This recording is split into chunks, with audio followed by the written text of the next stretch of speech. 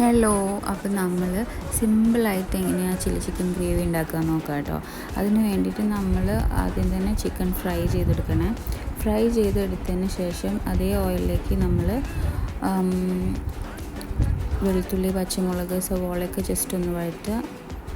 എന്നിട്ട് പിന്നെ ബ്രൗൺ ആവണ്ട കേട്ടോ. അതിലേക്ക് നമ്മൾ സോസുകളൊക്കെ ഇടുക. സോസുകൾ ഇട്ടതിന് ശേഷം ഈ ഫ്രൈ ചെയ്ത ചിക്കൻ അതിലേക്ക് ഇട്ടിട്ട് ഒന്ന് ഇളക്കുക. ഇളക്കിയതിന് ശേഷം നമ്മൾ സവോളയും ക്യാപ്സിക്കും അതിലേക്ക് മുറിച്ചിടാം.